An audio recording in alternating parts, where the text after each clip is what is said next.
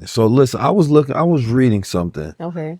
Um, Oh gosh. cautionary. Oh gosh. No, it was about meat and misinformation, Okay. right? And how social media conspiracy campaigns are fueling the fight against alt protein, right? So essentially, there is this push for more vegan or alternative protein sources. And social media is doing what social media do. They're counteracting. Now, the WEF has stated that misinformation is the biggest threat today, right? Yeah. People not actually being conscious or having or provided the right information. And this did an analysis over 285 million social media posts, right? Okay. Theories about junk science, pro meat, and dairy posts. And they said that they're driving a misinformation campaign specifically in connection against climate friendly food and alternative proteins. Now, I want to go through maybe just one of these, but I also want you to help me give some alternative proteins specifically. Okay. I Because got you. even when Dr. Sebi, he had to always reinforce protein, protein, protein. Like everybody act like they care about protein so much, don't know what protein is, but don't know the alternative sources of protein. And I like the idea alt protein. I don't really like the word alt just because it sounds me like alt right, but I like the idea of us thinking about, how do we still get everything that we want, but finding better sources for it? Yeah. And just because we were given something in a certain way, we feel like we have to keep getting it delivered that way. And when you are in survival mode, you don't really have time to think about switching to alternative sources, right? You barely can afford to eat, so you're just happy to eat. That's your level of awareness. Yeah, I've been there. I'm hungry and I need to eat. So I understand the average person like, man, I get the food is bad, but shit, so is being poor. It says 78% of posts went on attack against veganism and science. Do you feel that people, or what are some of the criticisms that, people attack you with, or do you get any criticisms, as you push your lifestyle, right? And you tell people maybe, hey, don't take birth control pills, right? Or you're not telling them, but you're telling them what you stopped taking it. What is the main pushback that you get towards your lifestyle adjustment? Yeah, I mean, I get that all the time. Like, I get a lot of hate comments. I get a lot of people who are telling me that I'm wrong and we're meant to be eating meat. People love to talk about protein, but they don't know about fiber. They don't know what vitamins and nutrients they need. They don't know that your womb needs iron and magnesium, etc. Right? You don't know any of that. But one of the main things is definitely protein. So I'm glad that you brought that up. First of all, y'all, protein, I feel like the emphasis on protein in this society, I feel like it's propaganda pushed out by the meat industry, right? So that they can make more profits, so that y'all can get sick and y'all can, I'm not going to go down that rabbit hole, but if you know, you know. But you don't need, so many people are getting too much protein, right? And that's why you're having all these digestive issues. That's why so many people are being diagnosed with colon cancer. You're getting too much protein. You're not even eating enough fiber so that your body can break down that protein and push it out, right? So first and foremost, I want us to say that. But also, like, you can get protein through plants. Like, most people who are talking about protein haven't even done their research, okay? I've done my research and I know that the body creates its own amino acids, but there's 9 amino acids that the body cannot produce on its own. And that's what we get, from sources of protein, which doesn't have to only be meat. So there are plants like quinoa, spirulina, that are complete proteins that have all 9 of those amino acids. So I'm heavy on quinoa and just things like that, but also like nuts and seeds. Like, you can get the amino acids from different sources. You just have to diversify so that if one thing only has 2 or 3 of those amino acids, make sure you eat something else that got, the other 6, right? So you just have to diversify your diet and also know that you don't need as much protein as you think. Like, when I first, like, I could go to the gym and build my muscle. Like, I need to get back on it. But like, I grew an ass, on a vegan diet, like, it's not impossible. So, question everything that you know, don't just come at me, because do your research before you come at me is what I'm saying, because what you're spewing at me is coming from a place of ignorance. Well, if the meat was really working, they wouldn't have to buy all the fake butts in the first place. Ooh. But yeah. And another thing, man, there's so many. Listen. To each his own.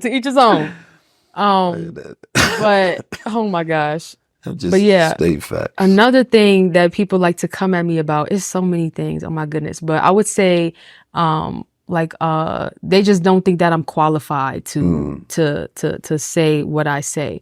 First of all, I'm qualified by the Most High. Okay. I'm qualified by my experience. People love to bring up, oh, but this study said this and this study, this was debunked and blah, blah, blah. First of all, if you do dig who even funded the study, you know, you would realize that a lot of that is just BS.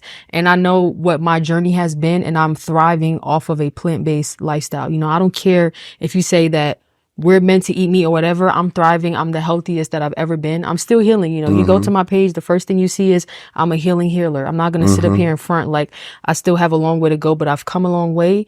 And I don't care, you know, what the studies that you've researched says, when I know my body is thriving right now. Yeah. So, well, I don't trust people who don't eat plants. for real. Like you don't eat vegetables. And that's another thing. People like, you know, another thing is like, we get a lot of flack in the vegan community about like, what do we even eat? Like, bro, you didn't eat plants growing up. You didn't eat vegetables. You didn't eat rice and beans and plantains and fruit. Like all of that is vegan food. I'm on fed. That's grass for sure. Like, come on. All I did was take chicken off the plate, you know, and at the beginning I replaced it with, you know, the vegan meats when I didn't know better. But now I know to replace it with mushrooms, and I take herbs to, you know, that's my supplements, herbs and sea moss, you know. What's one of your best recipes, if you can share? Or is that proprietary information? No, I'm willing to share. I mean, honestly, I don't know my recipes by heart. But one of my best recipes, something that I really bodied, was a vegan orange chicken. I know people get mad when we say the word chicken or whatever, but for me, it's like a marketing thing. It's like, and also it's to trigger something within someone's mind. Cause it's like, if I say vegan orange mushrooms, you're going to keep scrolling, but I want people to, you know, be triggered when I say that, so that, That's a fact, you know, it can draw you in and you want to actually try and give this lifestyle a chance. So I recreated some, like the orange chicken. I recreated it with like fried mushrooms. I recreated the orange sauce. Fire. Fire. I'm telling you, like I've never. What kind of mushrooms you use? Baby Bella, portobello mushrooms, oyster mushrooms, king trumpet. There's so many mushrooms out there. Like the options are limitless. I mean, they're limited because, you know, we only have access to but so much in these American grocery stores. But so let me ask you, for your generation, I think you see the world. I see the world. It's crazy outside. You know, I don't know what they eating, but it seemed like they eat something that ain't right. But I want to know, like, from the lens of a young woman, do you see things that you really wish didn't represent, specifically like young Black women in our generation? Like, what are the things that you wish would change, you know, as far as, you know, this generation of young women today and what that's going to represent for women of the future?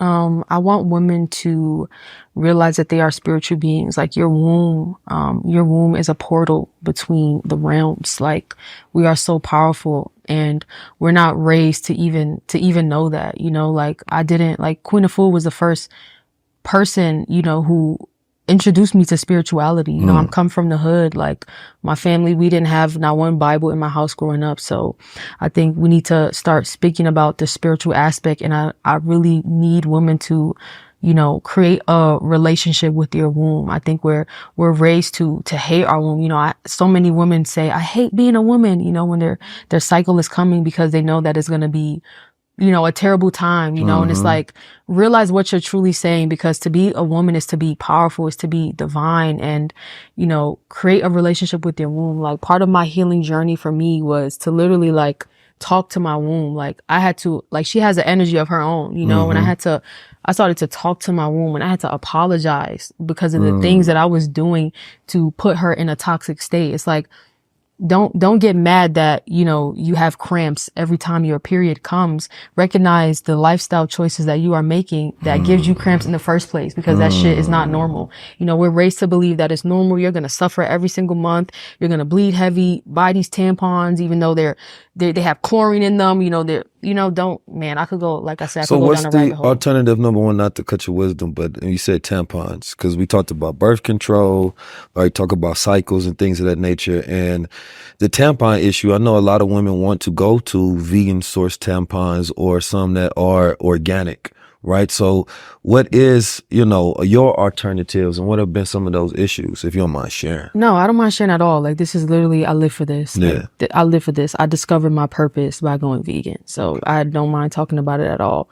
Tampons, I used to love tampons, honestly, but they are just not natural. Like, you're just literally sticking a wad of cotton, I'm sorry, inside of your vagina. And then it's like, there's toxins in, even if I don't know, I don't trust these people, even if even if it's organic or whatever, like, it's still just completely unnatural. What I do, I know it doesn't align with every woman's lifestyle, but what I started to do, and I noticed a drastic change in my menstrual cycle, was free bleeding. And this, I get a lot of controversy on my page and a lot of hate on my page for that, because I would speak about free bleeding, and so many women What's and free men bleeding? too think it's disgusting. Free bleeding is abstaining from any menstrual products. So when my cycle would come on, I would just, I would be in the house, I have a black towel that I sit on. I don't use tampons or pads or any of that.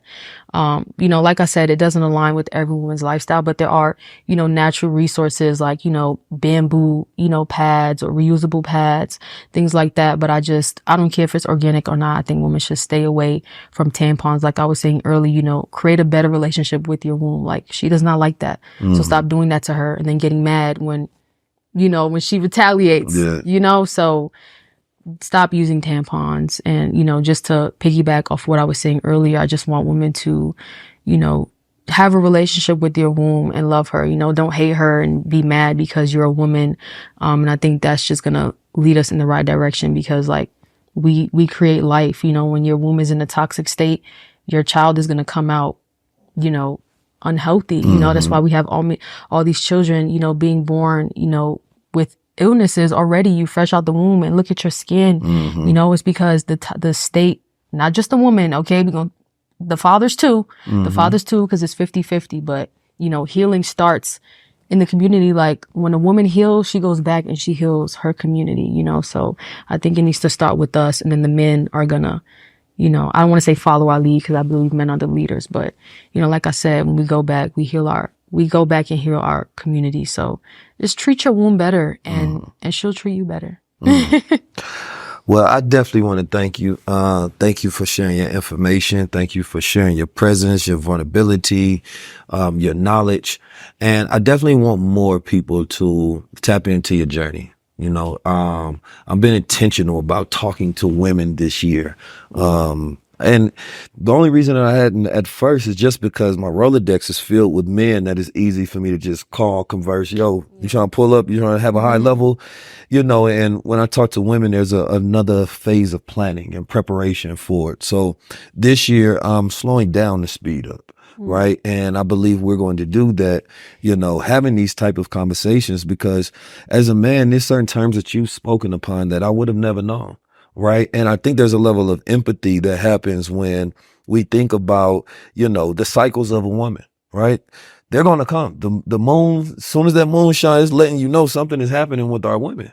And every single month you all are constantly getting that. But I can imagine the frustration of you having to be in the household, especially if you're the only woman in the household. You're going through that alone, and nobody can help you. Right. So that's why cultures have always had practices with sometimes, their special accommodations or their separation. And our culture don't have none of that. Like, there should be time off for women, I believe, even as they have in their periods and things of that nature. But our so-called civilization doesn't make those adjustments for the woman, because the woman has never been accommodated in the Western hemisphere, right? The man has looked at the boy as his legacy, and he's discarded his woman as unimportant, right? And that's why America has the imbalance that it has. It stole, the way tribes interacted and built states and things of that nature, but it didn't take the premise on how they respected women. So when they stole the knowledge from African civilizations or Native American civilizations, they never took the reverence that we had towards our woman. And that's why they always discarded her as last. And that's why there's this fight against white patriarchal intellect and enterprise and, you know, his mindset and his history, because you know that you're not represented in it. So how could you want anything else but to want it to fall? Right. And that's where black men had these conversations and be like, wait a minute. Hey. Yeah, I'm not them. You feel me? And our generation is in this interesting place and time where we have to learn so much. It's almost like relearning the whole world, because the world that we were sold ain't the world we want. Right. And we're tired of being consumers of these products that were sold to us that weren't good. And these products are programming from school. These are products that we get from the grocery store. And we don't want to have to be so, I don't think there's ever been a time and point in history where the citizens and the people have to be so aware about everything in their reality, because the structures and the infrastructure, you know, is against you and is poisoning you. So you got to know where the food comes from. You got to know where this product comes from. You got to know about the banking. We got to go to so much in the root. Like, we're over processing and overstimulated with too much information, and we would rather just have good institutions, but they happen by people having that first start, you know, sharing the wisdom, creating fellowship. And then behind that wisdom, we create infrastructure, we create institutions, because we can complain about things all day long, but they won't change, right? It's not until people who have the funds, people who have the passion, people who do decide to create these groups that mastermind together and be like, all right, if they did it, we can do it. You very knowledgeable. You sat there and you broke down, you know, your lifestyle and the knowledge attached to that lifestyle, which means that you are passionate about it. And that passion will resonate with a lot of young women. And I don't have to say what is toxic or what's not toxic. Women go through cycles every single month, and they know if their lifestyle is toxic. Yep.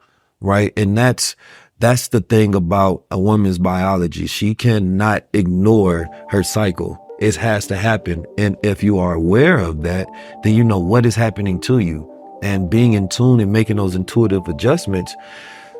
And, you know, we didn't speak about it, but all of the things that you talked about, they cause stress and they cause anxiety, and they destroy that intuition. So, you know, now you may be trying to use this natural power that you have, but you're not in connection to it.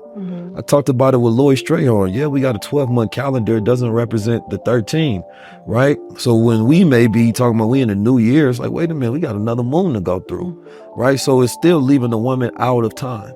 So this year, we get back in time and we get back in tune. And I want to thank you for your time. Thank you That's been for 19 having minutes me. and 19 keys. Thank you. Blessings.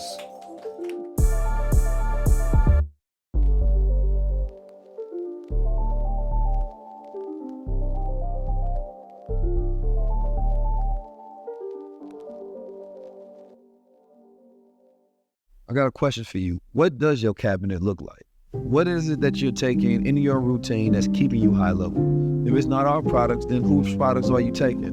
And if it's no products, then that's a problem. Y'all seen our commercials for Gold Water, right? You've seen it all over High Level Conversations. You come to the show, you grab your bottle, people give us the best testimonials on the planet, and we got people on the go. The thing about Gold Water is it's not our only product. We have products like the vitamin C moss. We don't naturally produce vitamin C, so we got to get it in other forms. So therefore, especially during wintertime, we are able to keep that immune system functioning high. And let's say if you just want pure moss. This is just pure moss. I'm talking about a superfood, the best on the planet. And not just from anywhere, because you never know where people actually getting their moss from. I ain't never seen them take a trip to Jamaica. See, we get ours tested, right? To make sure that you're getting the highest quality, pure version of it, and you're getting those minerals in an over-chemicalized world. We got Smart Moss Gold, right? That Smart Moss Gold is like a Viagra for the brain. You ever find yourself when your brain feels like it's low? You tap one of these and your brain gonna feel high level. Yeah, and women love a sapiosexual, so when those brains are popping and those ideals are running, you stay tapped in. You gotta make sure you stay safe out here.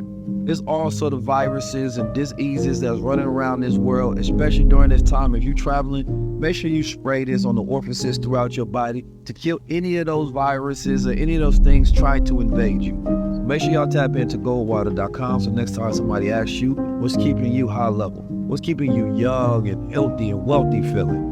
And now we can take some of that credit for it over here at goldwater.com. Make sure you keep your health journey running. It's a marathon. Peace.